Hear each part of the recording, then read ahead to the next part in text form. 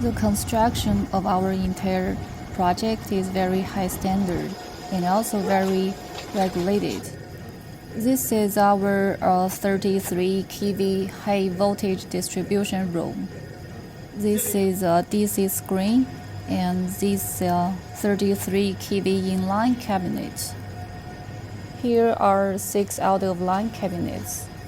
Each one corresponds to a transformer. You can say we have reduced the load, and now we can see that each current is almost balanced.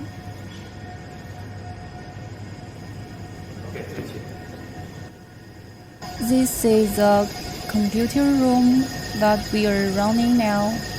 The design of the engine room is also very standard. This side is a water curtain, and the other side is a wind vent.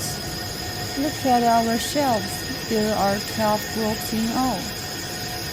And there are 12 layers in each group, and 10 money machines can be placed on each layer. This is a hot air area, and they are all ventilating here. There are big fans outside too. The exhaust settings of the mine are very standard.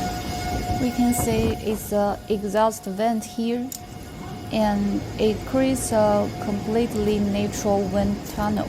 There's no problem with the heat dissipation of the machine.